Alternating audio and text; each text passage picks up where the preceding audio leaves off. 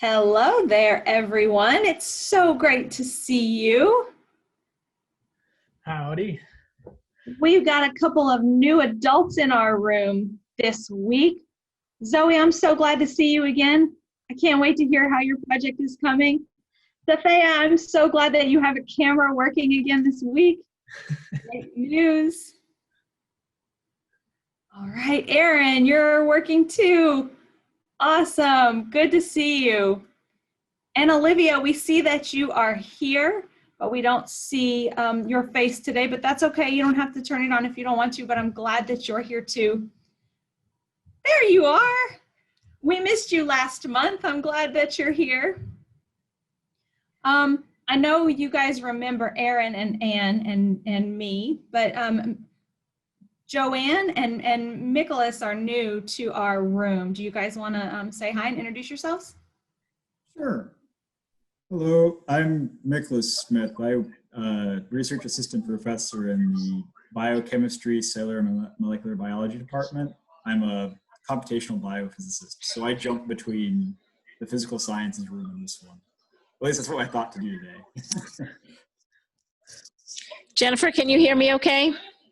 Okay. Yeah, hi, I'm Joanne Logan. I'm usually in physical sciences, but I'm in a field that kind of, it's kind of cross-disciplinary. So I thought this one would be interesting to try. That's awesome. Well, we're glad that you guys joined us today. I'm so glad these are four of our hardcore science club returners who are usually here most weeks. I'm missing Trevor. I'm sad to see that he's not here. I saw him on the list, so maybe he'll pop in a little bit later. But we're getting pretty close to time for SACEF now, and time for your regional science fair, Safaya. I know it's coming up too. So I'm interested to hear the progress of your projects, because whenever we met in December, we still had lots of questions. And don't worry if your progress is not very great, because you still have plenty of time to get your project done. So is there anyone who wants to go first?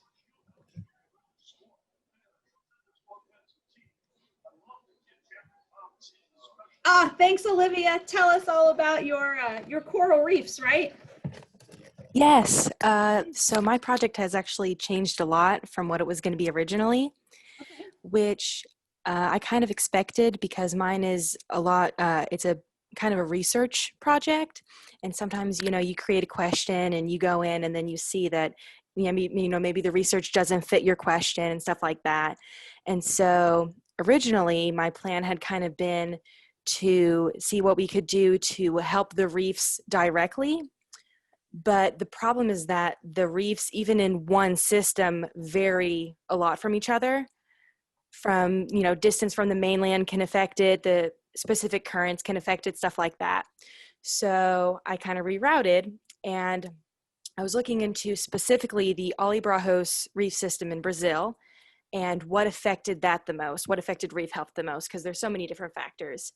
And the number one factor that affects reef health is sedimentation. And so I was looking into, okay, what are other reef systems? What have people been doing for those? And one big thing that people do for all sorts of different factors that affect reefs is creating artificial reefs. And that can be used to protect against plastics. That can be used to house a lot of the fish that live in coral reef systems, different things like that. But it's been used in India and China actually to help sedimentation, because either the artificial reefs can catch it, or they can change the way the currents move and actually lift the sedimentation up. And so I'm going to be basing an artificial reef after existing reefs that are in Alibrajos. And I'm going to be kind of modeling that. It's a conceptual model of how that would look. That sounds really awesome.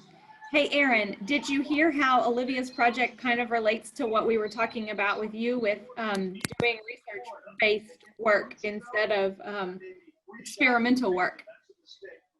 Can you tell us a little bit more about your modeling for the benefit of the other people in the room? what are you going to do with your conceptual model? Tell us a little bit more. Joanne, can I get you to mute? I'm watching the basketball game. Whoops.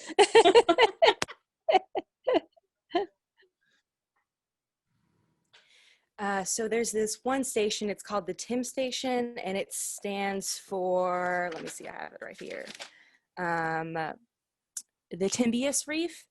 And so I'm going to be modeling my reef system after that reef. I haven't nailed down what the model is exactly going to look like. I have a meeting with my teacher actually this Friday because we meet to kind of fix that. But I have a couple different ideas. There is this one website where you can do 3D modeling. And so I've kind of sketched out what the model would look like, and I'm thinking maybe I can do some sort of 3D model. And then I also have looked at, there's a lot of satellite images, and so kind of looking at the satellite images and finding a way to kind of digitize that. And so, you know, make regions and highlight, this is a place that would be good because not a lot of dredging goes on here. And stuff like that. But I don't have like a concrete model yet. I just have, you know, kind of some ideas. That's awesome. It sounds like you're well on your way. And I know you have teachers helping you out there at LNN. So that's definitely a benefit. Zoe's asking us a question over here in the chat. You will need to update your paperwork if something has changed from your paperwork. So if you've listed a title of a project and you change your project, you should update your paperwork. Good question. And of course, if you're requiring additional forms like human subjects forms, which I'm pretty sure we're past the date for that. So no, none of that. Good call. We don't really want to do that kind of work anyway. Yeah, you should update your forms. Good question. I'm glad you asked that. Olivia, your project sounds awesome, and I cannot wait to see the final version of it. I think that you're going to be interested in our February meeting. We're going to talk about the requirements because the presentation is new this year. It's not a science fair poster like what you're used to doing. So we have to learn about how to do this thing they're calling a quad chart. Have you looked at the requirements for that yet? Yeah, and one of the meetings that we had before, one of the PowerPoints was talking about the requirements for SASEF, and I saw the quad chart, and I took a screenshot of it. So I've looked at it a couple of times, but yeah. Good. It's also posted on the website. I'm gonna find it for you and put it in the chat so that you all can find it if you want to start looking at that to make sure that you're ready for it. Awesome, that's great. Is there someone who wants to go next and share their progress? Don't worry if you're not as far developed as Olivia. Erin, yes, let's hear it. I can't wait to hear what you've come up with. Okay, so I haven't made a whole lot of progress, but I figured out what my question is, and I've done a little bit of research. Good, okay. I've been working on albinism, and I've decided to focus just on albinism for this year and then focus on melanism next year. But I think what I'm going to do is the rate of, the percentage of how many animals in Tennessee have albinism, and how does it happen, and is it common enough that there are families of albino animals in Tennessee? Okay, how did you end up deciding that you're going to collect your data? I've been going on Google Maps with my phone, and I've just been writing down a bunch of animal shelter numbers in Tennessee. Wildlife rescue. Wildlife rescue. Okay. And I'm going to be working on calling them and contacting them about if they've seen any albino animals. Is this wildlife, or are you looking at more like cats and dogs and domesticated animals? Pretty much all wildlife in general. Oh, so looking at wildlife, yeah. Well, of course, you could talk to the Tennessee Wildlife Resources Agency. They probably have a database on albinism. Oh, that's neat. Yeah. Sorry, And- good and- mom over here. Yeah. If you need some help, Erin, let me know, because I know folks there and also in the wildlife department at UT. Okay. That's a good suggestion, Aaron. Remember, you can send an email to Jason at prep@utk.edu, and you can say, Joanne told me that she would connect me with someone at the Wildlife Resource Agency, and he'll forward that to Joanne and get you going on that. Okay. Awesome. I'm so glad that you came up with a project question. That was, it took us a while to whittle you down to that one, and I'm glad that you got it and you have a plan for collecting data. I'm interested to see what you come up with from that one. I'll be very interested to see if, as you gather data, you end up focusing on a particular type of animal instead of staying broad about wildlife in Tennessee. I'm interested to see if you find a focus as you are collecting data. Aaron, did you have some feedback for her? I think you're doing great, and I'm excited that you have an idea too. And I think it's interesting too if as you're doing research, if you start to see, maybe a group of animals that are more frequently developing albinism compared to others, and why you might think that be. So I'm excited that you've made some progress, a lot of progress in the past month. So good job. Yeah, absolutely. You're doing great with it.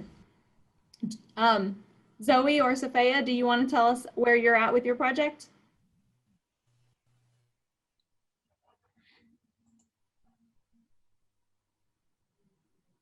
Don't be shy, Zoe. Sophia has a comment in the chat. She says, since she can't access labs, she's been doing a lot of prior research for next year's project, and so far she's learned a lot about the Native American tribes here in Arizona and more about what other types of remedies they use. Some of the things I learned were the number of tribes here in Arizona and where they have migrated to. Still much to learn, but it is very interesting. Very cool. So are you thinking of using some native plants to see if they have any type of medicinal value then? Yeah, Zoe, remember Sophia went to the International Science Fair last year when she was a sophomore, I think. This is her junior year, and we were worried because she wasn't going to be able to get in labs because of COVID. And a lot of times, whenever you're competing in the senior division, it's helpful to be able to get in a lab and work in cooperation with a researcher if you want to be competitive to go to ISEF. I'm excited. So go ahead, Aaron. I'm excited that you're still researching, even though you can't be in the lab, and you're still reading and learning. That's a great thing to do. I know even with us in our labs here, we were shut down for a while, so it was a lot of what we were doing is reading and researching away from the lab. So you're doing great. You should be proud. I'm bummed that you have to take a year off, though. What a shame, but you're taking advantage of your year off instead of just sitting idle, doing something about it. I bet your senior year project is going to be incredible. I hope we're still able to do virtual science clubs so that you can pop in and tell us about it. Yeah. So you're compiling a list of potentially medicinal plants and plant extracts? Is that what your interest is?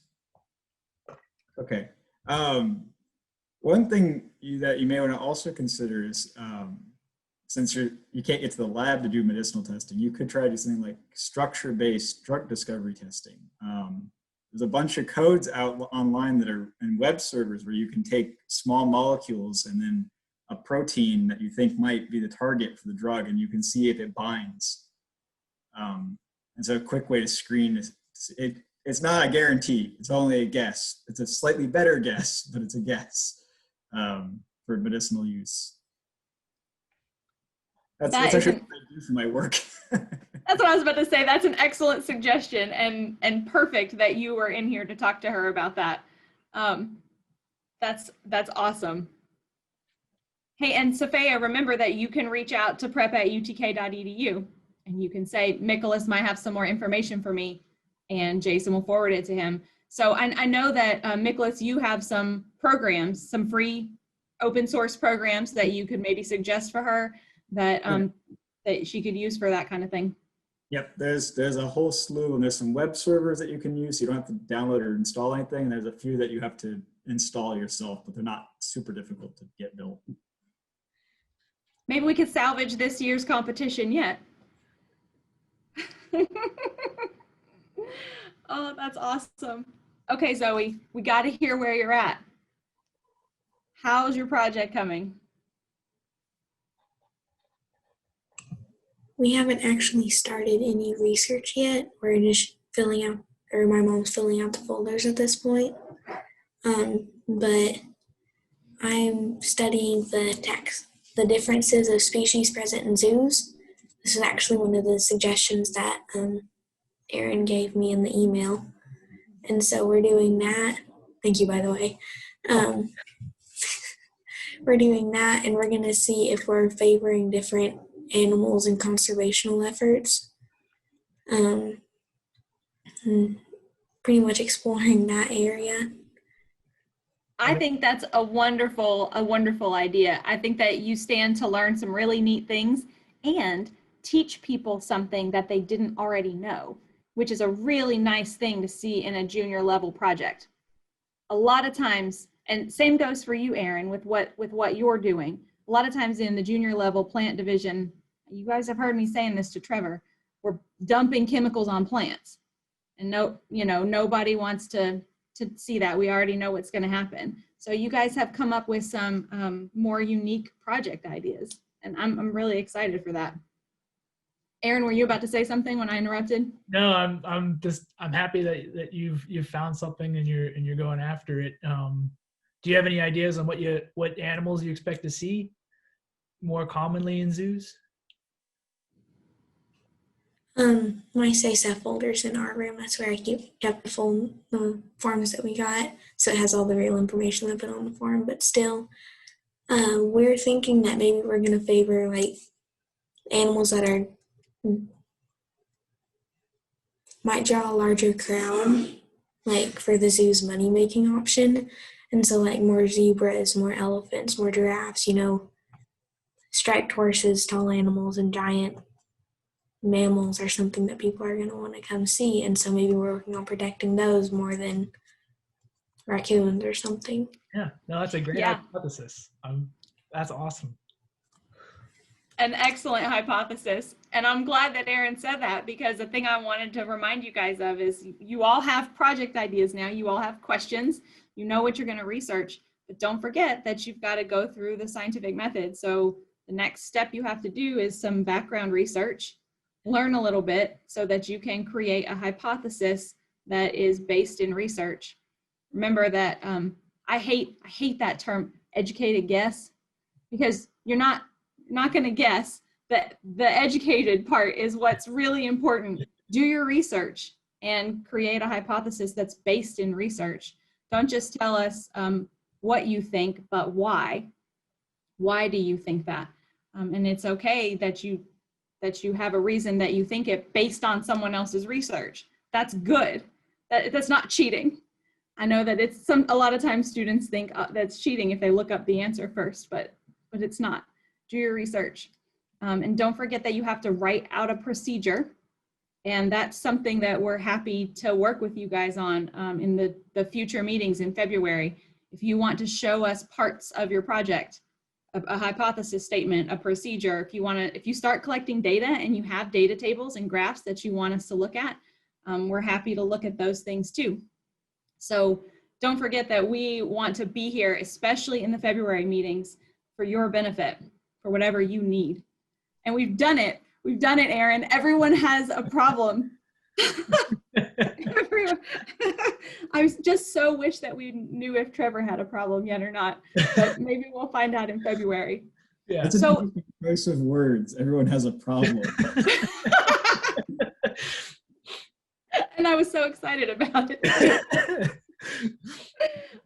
It's different in science, So from here, what do you all need? The four of you, what is your next step? What can we do to help you? My main next step is research. So first of all, we have to get these forms submitted. Yes. But I need after that, I'm gonna do the research, and my mom found a zoo website with I'm gonna be doing zoos all over the nation, like all over the U.S. Excellent. See if different areas are favoring different animals. Like maybe people in the West like zebras more than people in the East, like something like that. And so I'm going to do that, and then I'm just going to look at the list of animals at the zoos. So there are no experiments. It's just going to be looking at the list and differing the animals. I have my phone now. I'm just going to try and look. My data analysis is visit accredited zoo websites, collect data in chart form, and rank animals that are commonly found on exhibit, and then determine common animals in each time zone. Excellent. By time zone, that's an interesting way to group them. What made you think about grouping them by time zone? It was my mom's idea. Don't tell that to a judge. No. Why did you agree with your mom? What made you think, yeah, I want to go with that one? Well, originally I was just thinking about doing, like a small area. Okay. But then I thought about what Erin said earlier, in that the larger the number, the more exact your answers are going to be, and I wanted this to be exact as possible. So if I did one or two from each time zone, I would have a more exact answer. And I don't know, this is kind of important to me. I want to know if we are favoring, because I'm not an outdoorsy type of person, but I want to make sure that each species is getting the fair treatment. That is wonderful. That's a good reason to choose a project. That is a thing that a judge will like to hear. And I like that you're remembering what we talked about with sample size. You're increasing your sample size. And the faster you get on that research, the bigger sample size you'll end up being able to get to before the fair occurs. I think you have a lot of potentially interesting ways to show your data in your presentation since you're doing it. What are you thinking about for that? Well, bar graphs, a bar graph maybe for each time zone, or a different column for each time zone or something. I'm still giving it some thought, but graphs mainly so then you can see the difference with your own eyes, and then if I need to, I'll go to more specific stuff. Yeah, I think that a graph is a good idea. Visual representations. Well, I think that's important. Yeah, I was going to say, you might think about a map. That's where I was going. Yeah. I was going to try to lead her there. A map would look good. And, you might want to be prepared for questions from the judges, like, what are some of the reasons zoos use to have specific species, and how many? Because they are also part of species survival programs. So sometimes they might have a species that you just wonder, what the heck do they have that one there for? But because of all the rules they have to follow, sometimes they can't have certain animals, even though they might want to. Yeah, I just thought my mom, she's being a major help through all of this, but I realized when we were going through some of the pre-approval forms with her that it would, if a zoo went through all the rare species of skinks in East Knoxville and displayed that, they're not going to do as popular than Zoo Knoxville, because Zoo Knoxville has all that special exotic stuff. So then they might not care about them anymore, and so then they trade in for the more exotic things. So my research question is, do zoos across the United States favor certain well-known animals over lesser-known animals? Good. That's an excellent question statement. How are you going to determine if it's a well-known animal or a lesser-known animal?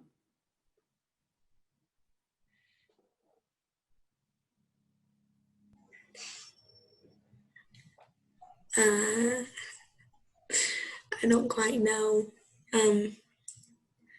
This might sound weird, not super scientific, but I know a good deal about animals, and so I would like to think that I know all of the well-known animals. There's the occasional species that I know someone else doesn't, so maybe I might be a good judge of that. I don't know. I could go to common animal encyclopedias or something, or I don't know, the well-known, um, in children's books or something when they talk about tall giraffe or big camel or big elephant or something, that could also help with that, like what animals are more commonly published in books. That would make a huge difference on the awareness of them. Okay. Or I can Okay. just look it up like Aaron says. That would be way easier. Do you think, Aaron, do you think there's a definition somewhere of well-known animals? What do you think?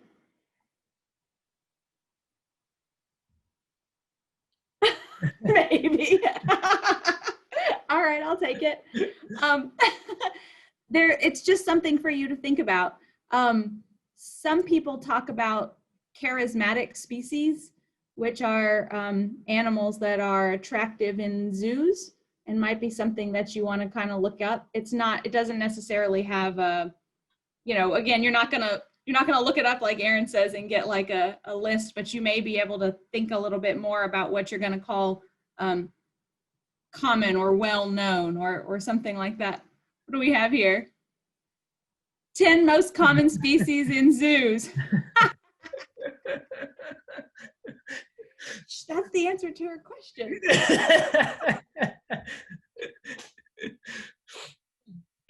I think that's what you're kind of thinking of though, Zoe, is your question is not necessarily do we know the animals that are more common in zoos, right? But is there something that the most popular animals have in common? Is there a reason why those are the ones that we're preserving, right? So maybe we want to tweak your question a little bit. And maybe one thing to think about is when you're trying to see what they have in common, think about the kind of core animal groups out there, right? So you have mammals and you have birds and reptiles. So what are the characteristics of these animals that are really prevalent in these zoos? What do they all share? How might you be able to group them? Does that make sense? That's good. Zoe, you've gotten a lot of additional information thrown at you tonight. I hope that it's helpful. Not overwhelming. Don't let it overwhelm you. You're doing such a good job. You're doing such a good job. I really like the fact, Zoe, that you mentioned children's books. I think that connects well with what Jennifer said about the charismatic idea. Basically, if you think about children's books and the animals that are there, the animals kind of capture the imagination of the child. So, you might give some thought about following up on that connection because you suggested it, and I think that's a good connection. Now we've got about 10 more minutes, so I want to make sure that the rest of you get a chance to tell us what would be helpful to you moving forward. What do you need now to help you make some progress in the next 2 weeks and get you ready for the February meeting?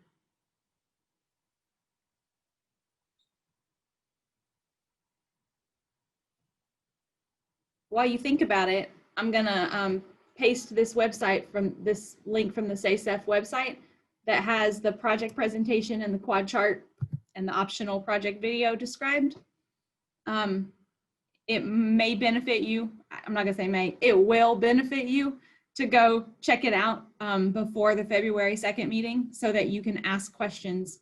We're gonna have a presentation from one of the SACEF board members who's going to talk to you a little bit more about the quad chart and the requirements for that.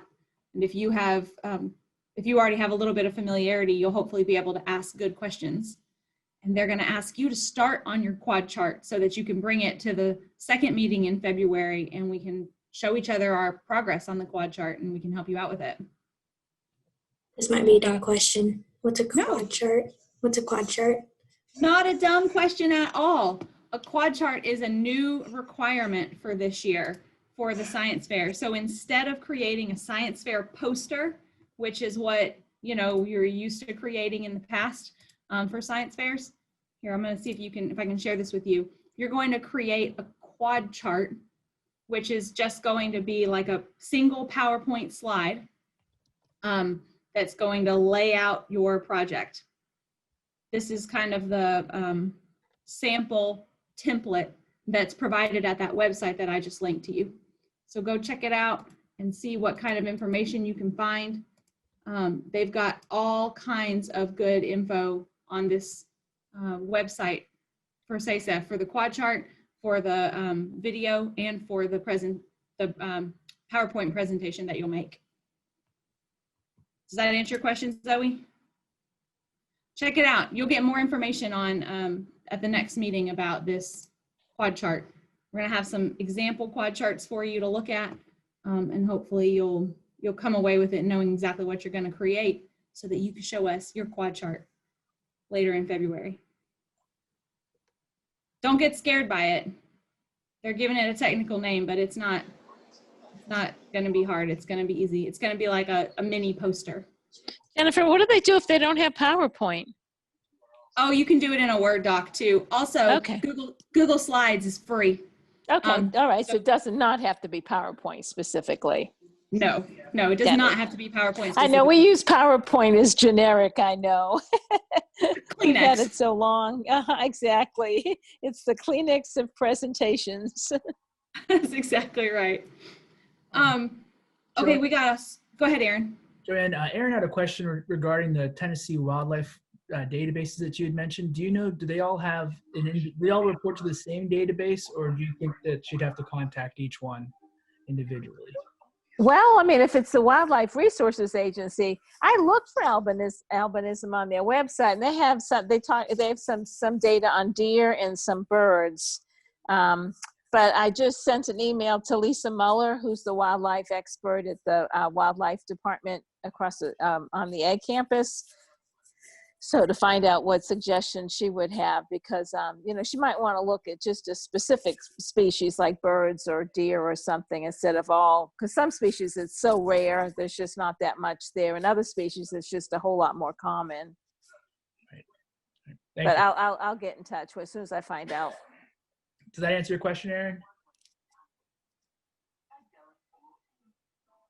Good. Good. And Safeya was telling us in the chat, her next step is to continue researching, of course, but also maybe draw out a plan of how I want to proceed next year. I had an idea of maybe contacting other chemists or microbiologists and see if they have any tips for me before next year. I think that's a good idea. I think that interviews with researchers are an excellent idea and a great source, and something that you guys shouldn't forget about. It's easy to just have a slew of references that are links because you could do it from home. It shows that you have extra dedication. You went the extra mile if you're talking to researchers. So in your references section that you have, list those people that you talk to and the interview dates. I think that's a really good idea. Take good notes, and you know that you can include your project notebook in a project in real life, for next year. And don't be afraid to ask them questions. They love to talk about, we love talking about our research. It's why we do it. And we like sharing it with people. So definitely don't be afraid to ask questions or with people just like you. So.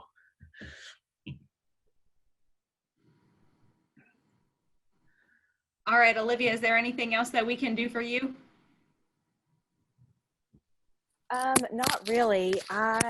Maybe when my paper is finished, I can send it to one of you to read, look over. I've got a large portion of it done. I've got a large portion of like the background, kind of why corals are important, what's happening to them, why it's happening, stuff like that. I've got a large portion of that written, and I use this website called Noodle Tools to organize my sources. It's basically, you can put your sources directly in and then write note cards on them to keep it all organized. And it'll also show you a lot of graphics, but it'll show you like analysis of the years your papers come from, because I kind of wanted all my papers to be recent. So it'll say you have 4 papers from 2019, 4 papers from 2018, and kind of show where most of your, like the years that most of your paper lies and stuff like that. And so that's been really helpful and for me to kind of organize my research. But that's pretty much all I can think of is like just kind of reading over the paper when it's done and kind of looking over it. That is a cool tool. Thank you for sharing that with us. Noodle Tools? That's awesome. Yeah, I'm glad that you shared that, and we'll be happy to do that. Bring your stuff with you to that February meeting.